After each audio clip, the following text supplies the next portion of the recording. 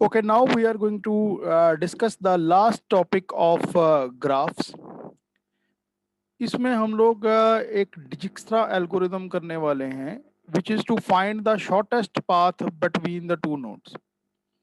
Computing the shortest path between two nodes is the most important application of a data structure graph. जैसा कि आप routine में Google maps use करते हैं, तो generally what we use Google maps is, अगर हम लोग किसी न्यू प्लेस पर जा रहे हैं तो we see that which is the shortest path. Now shortest path can be in terms of time to be taken or the distance. तो हमें कैसे पता चलता है कि एक नोड से दूसरी नोड का डिस्टेंस या टाइम कितना है? उसके लिए हम जो ग्राफ यूज करेंगे that will be the weighted graph. यानी हर एज के ऊपर एक वैल्यू डिफाइंड होती है जो हमें उसकी कॉस्ट बताती है. That cost can be in terms of the time और द डिस्टेंस. ठीक है.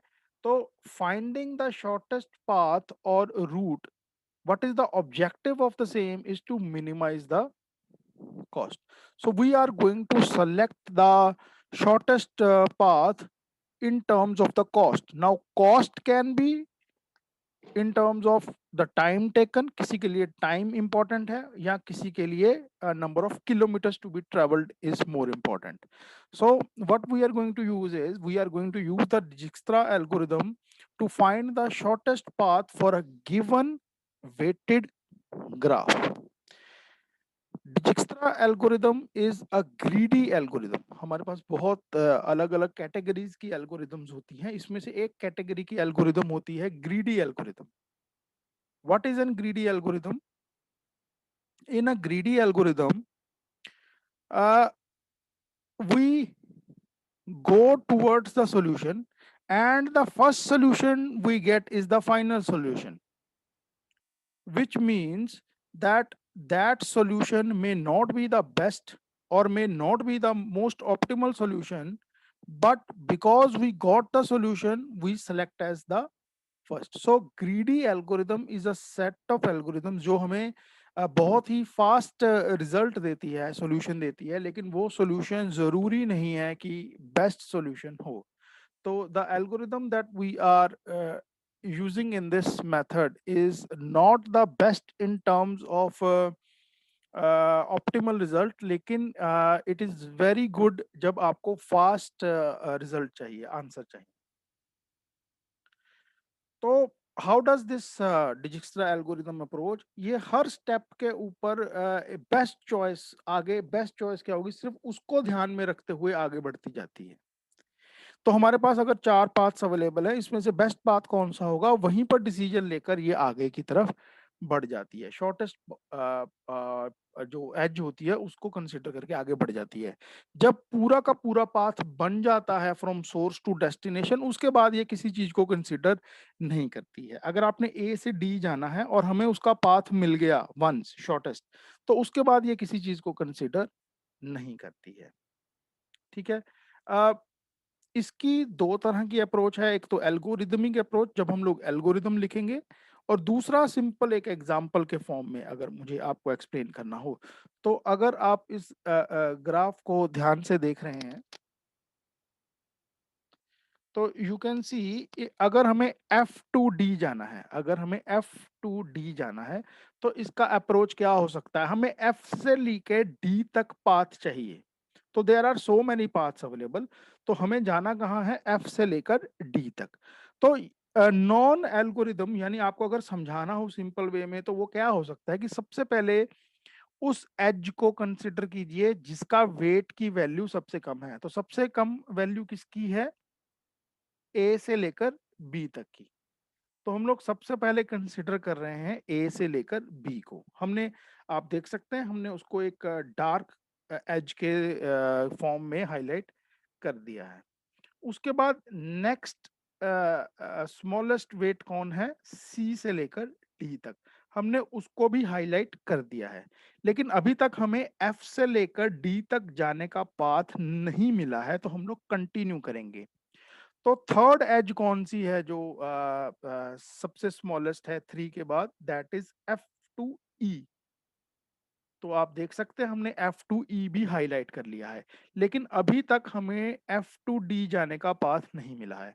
तो हम लोग इससे नेक्स्ट एज देखेंगे जो 4 से बड़ी हो लेकिन बाकी सबसे छोटी हो। That is from the middle point two C, that is G2C। तो हमने G2C को भी हाईलाइट कर दिया है। तो अभी तक हमने 4 एजेस को हाईलाइट कर दिया है, लेकिन फिर भी हमें पाथ नहीं मिला है F2D जाने का। तो इसके बाद सबसे शॉर्टेस्ट एज कौन सी है? That is E2G। तो हमने E2G को भी हाईलाइट कर दिया है। जैसे ही हमने E2G को हाईलाइट किया है, तो हमें हमारा जो पाथ है वो मिल गया है। हमारा पाथ क्या है? हमारा पाथ है F2E, E2G, G2C and C2D. This, according to the method that we have followed, is the shortest path. That is 4 plus 6, 10 plus 5, 15 plus 3, 18. लेकिन लेकिन जैसा मैंने कहा कि इसने ये रिजल्ट बहुत जल्दी दे दिया, लेकिन ये सबसे शॉर्टेस्ट पाथ नहीं है। तो सबसे शॉर्टेस्ट पाथ क्या होता? अगर आप F2E जाते और E2D जाते तो आपको 16 कॉस्ट पड़ती, लेकिन जो इन्होंने फॉलो किया है एल्गोरिदम ने, उसमें आपको पड़ा 18। लेकिन विजुअली आप देख सकते हैं कि F2D जाना सीधा सीधा है, लेकिन एल्गोरिदम के लिए ये डायरेक्ट नहीं है, उसको हर नोड को असेस करना पड़ता है। तो बॉटम ऑफ द लाइन जिसको हम लोग बोलते हैं, कि इसका मीनिंग क्या है, कि आपकी डिजिक्स्ट्रा एल्गोरिदम आपको एक रिजल्ट देती है, बहुत फास्ट देती है, लेकिन जरूरी नहीं है कि वो रिजल्ट आपका बेस्ट होगा। तो in this case the path chosen by our algorithm is having the cost of 18, जबकि minimum path could have been 16। लेकिन ये एक ग्रीडी एल्गोरिदम है, और इसके लिए जो रिजल्ट जल्दी मिल गया, that is the end of it. तो अब हम लोग इसका एल्गोरिदमिक वर्जन देखेंगे, कि एल्गोरिदम में हम इसको अलग तरीके से इंप्लीमेंट करते हैं या अलग मेथड फॉलो करते हैं। अब लोग हम उस मेथड को देखेंगे। और आपको ये जो मैंने एग्जाम्पल दिखाया है, आपको ये वाला एग्जाम्पल एग्जाम में देने की जरूरत नहीं है। अगर आपको एग्जाम्पल देना है तो आप एल्गोरिदम वाला ही एग्जाम्पल देंगे। तो एल्गोरिदमिक एग्जाम्पल क्या है? अगर हमें ये वाला ग्राफ दिया गया है जो अभी आप अपनी स्क्रीन पर देख सकते हैं, अगर हमें इसके लिए शॉर्टेस्ट पाथ फाइंड आउट करना है, तो सबसे पहले हम लोग एक एल्गोरिदम लिखेंगे, और फिर इस ग्राफ को एग्जाम्पल मानते हुए अगर हमें A to D जाना है, तो हम लोग उसके लिए शॉर्टेस्ट पाथ निकालें। तो ये हमें एक एल्गोरिदम है हमारी डिजिक्स्ट्रा शॉर्टेस्ट पाथ एल्गोरिदम। तो अब हम ध्यान से देखते हैं कि how does this algorithm work. So set the distance value from the source node to 0। क्योंकि अभी तक हमने स्टार्ट नहीं किया है, तो the total distance from the source node will be set to 0। अभी हम शुरू करने वाले हैं, और बाकी सभी नोड्स का जो डिस्टेंस वैल्यू है वो इन्फिनिटी कर देंगे। वो इन्फिनिटी इसलिए करते हैं ताकि it should be greater than any value, किसी भी वैल्यू से बड़ी होनी चाहिए, इसलिए हमने उसको उठाकर इन्फिनिटी कर दिया। Source node set the value for source node हमने 0 इसलिए किया है क्योंकि अभी हमने स्टार्ट करना है। हमें स्टार्ट कहाँ से करना है? सोर्स नोड से। इसीलिए हम सोर्स नोड को हमारी करंट नोड मानकर चलेंगे स्टार्टिंग में, मतलब हम यहां से शुरू करने वाले हैं, और हमने किसी भी दूसरी नोड को अभी तक कंसीडर नहीं किया है। इसीलिए हम लोग उन सभी नोड्स को नॉन फाइनलाइज्ड नोड्स मानकर चलते हैं। मैं फिर से रिपीट करता हूं, क्योंकि आप सोर्स नोड से स्टार्ट करेंगे, इसीलिए आप उसको अपनी करंट नोड भी बना देंगे और उसकी डिस्टेंस की वैल्यू स्टार्टिंग में 0 रखेंगे। बाकी सभी की नोड्स के लिए डिस्टेंस वैल्यू को इन्फिनिटी कर दिया जाएगा और उनको नॉन फाइनलाइज्ड नोड माना जाएगा। अब हमने करना क्या है? बहुत सिंपल सी बात है। जितनी भी नॉन फाइनलाइज्ड एडजेसेंट नोड्स हैं आपके करंट नोड की, यानी अगर आप अपनी करंट नोड से किस किस नोड पर जा सकते हैं और वो नॉन फाइनलाइज्ड नोड है, तो हम लोग करंट डिस्टेंस को यूज करेंगे to recompute their distance from the source node. हम लोग करंट डिस्टेंस कितना मैयर कर ट्रेवल कर चुके हैं, प्लस उस नोड पर जाने तक का हमें और कितना कॉस्ट लगेगा। तो जिसका सबसे कम होगा हम लोग उस नोड पर जाएंगे और उस नोड को अपनी नई करंट नोड भी मान लेंगे और फाइनलाइज्ड नोड भी मान लेंगे। इसी तरह से हम लोग आगे बढ़ते जाएंगे and we will stop once we reach the destination node. थोड़ा सा कंफ्यूजिंग लगा होगा, लेकिन जैसे ही हम लोग एग्जाम्पल करेंगे तो आपको क्लियर हो जाएगा। Now this is the example. Consider the graph which is labelled as A. Graph जिसको हमने ए लेबल किया है, हम उसको कंसिडर करेंगे। तो let us start. Which is our node, हमने कहां से कहां तक जाना है, हमने ए से लेकर डी तक जाना है। तो this should be our current node, starting node. Okay, ठीक है। तो इसका डिस्टेंस कितना होना चाहिए स्टार्टिंग में, 0। ठीक है, बाकी सभी नोड्स का आप डिस्टेंस देख सकते हैं उठाकर, नल किया हुआ है। ओके, तो स्टार्ट करते हैं। आप आ जाइए graph which is labelled as B.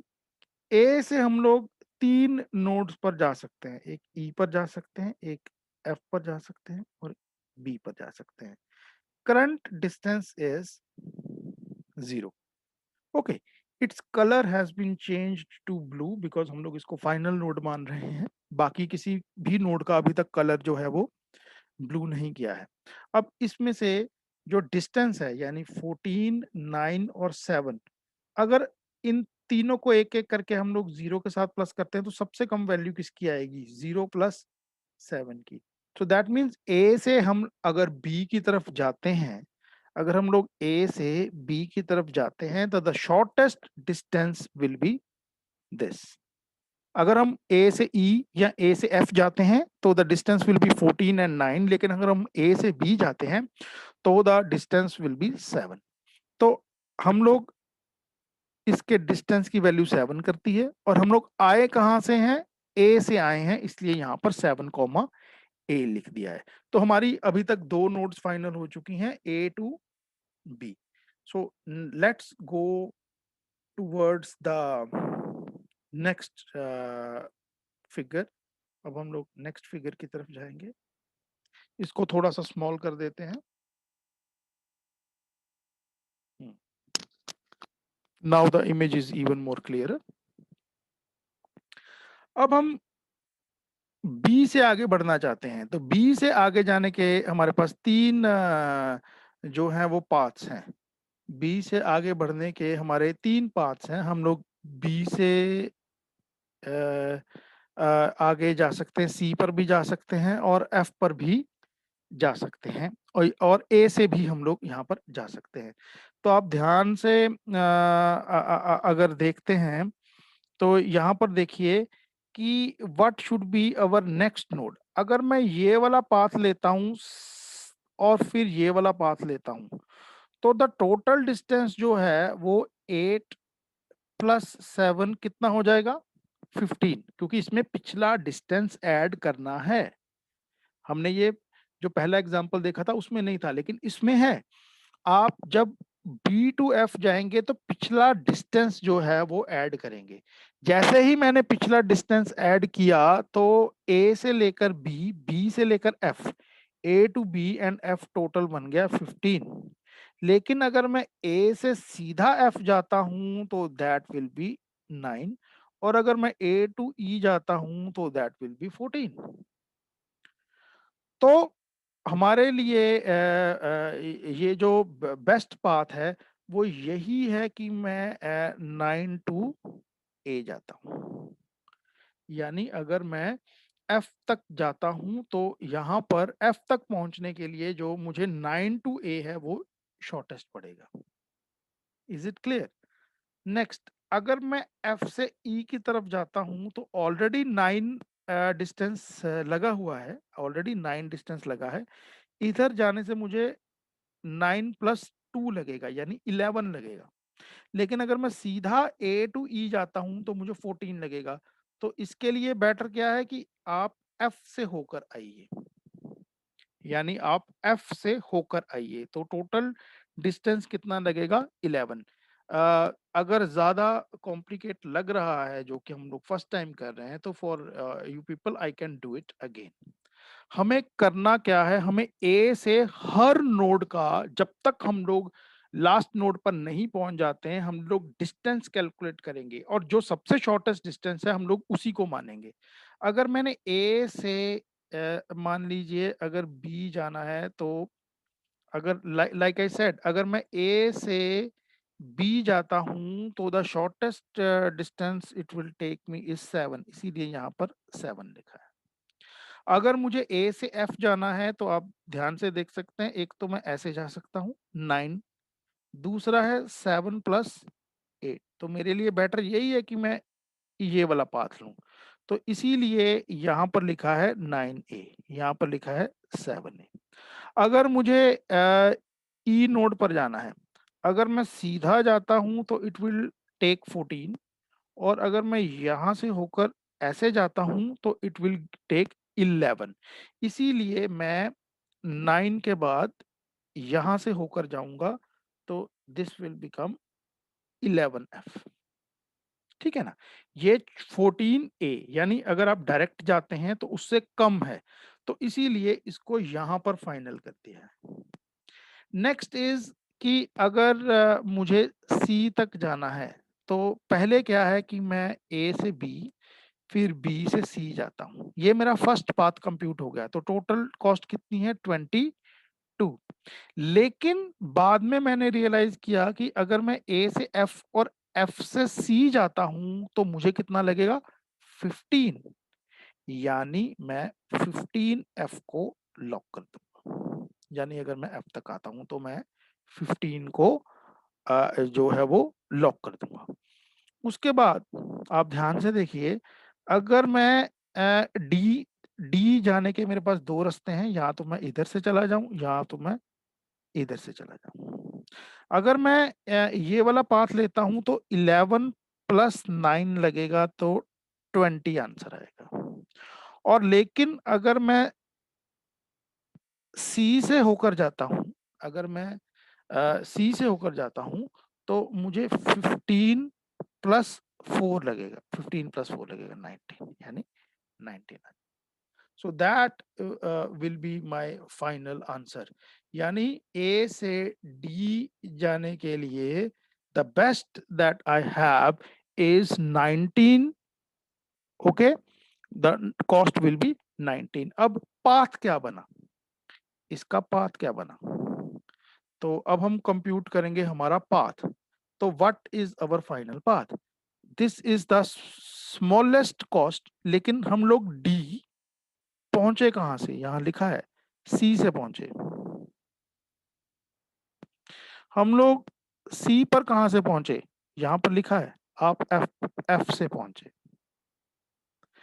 और एफ कहां पर पहुंचे? यहां पर लिखा है आप ए से पहुंचे। So that means the shortest path from A to D is A, F, C, and D. And this is an example of an optimal algorithm.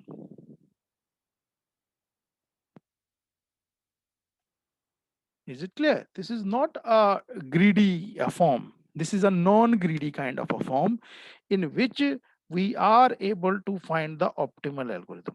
जो हमने पहला एग्जाम्पल किया था, that was very quick, does not consider the any of the previous paths, but here we are considering the previous path. So अगर आप इसको ध्यान से चेक करेंगे, आप किसी भी एंगल से चेक करेंगे, तो what we are getting is the optimal path. So initially what we started was with a pure greedy method, उसका एग्जाम्पल हमने इस लेक्चर के स्टार्टिंग में किया था। After that we did an algorithm जिसके अंदर हम लोग previous cost plus current cost दोनों को चेक करते हैं और दोनों को प्लस करने के बाद जो वैल्यू सबसे स्मॉल है हम लोग उसको कंसिडर करते हैं। इससे हमें एक ऑप्टिमल जो पाथ है वो हमें मिलता है। जैसा कि आप इस एग्जाम्पल में देख पाए हैं कि हम लोग ए से पहुंचे डी तक जिसने हमें 19 कॉस्ट का शॉर्टेस्ट पाथ दिया। अगर मैं किसी भी और पाथ को सेलेक्ट कर लूं तो उसका कॉस्ट 19 नहीं आएगा। This particular approach is going to take extra time, but it is going to give me the best result. So for if somebody asks you what is Dijkstra's algorithm, then what should be your answer? Your answer has to be this algorithm. This is the algorithm, and this is the example that you can give. That will be the final answer of Dijkstra algorithm. अब इस algorithm में एक और point है जो आपको consider करना है। This is an example of one source to one destination. There are other examples also in which you can find the shortest distance from all source to all destinations, but here we are only considering one source to one destination. So I hope you have understood this algorithm. First example in this lecture was given for a pure you can say greedy, in which आपको सबसे best answer मिलेगा इसकी कोई guarantee नहीं थी। Then हमने एक Dijkstra की एक एल्गोरिथम की है और उसका एक एग्जांपल आपकी स्क्रीन के ऊपर है। This is going to give us a very good answer but may take some time. So this is the answer to the question. अगर आपको एग्जाम में आता है write an algorithm to find the shortest path between two nodes and give an example, तो आप algorithm plus ये जो example आप स्क्रीन के ऊपर देख पा रहे हैं इसको आप एक्सप्लेन कर सकते हैं। So this is the end of the today's lecture and this is the end of the topic graphs. Thank you very much.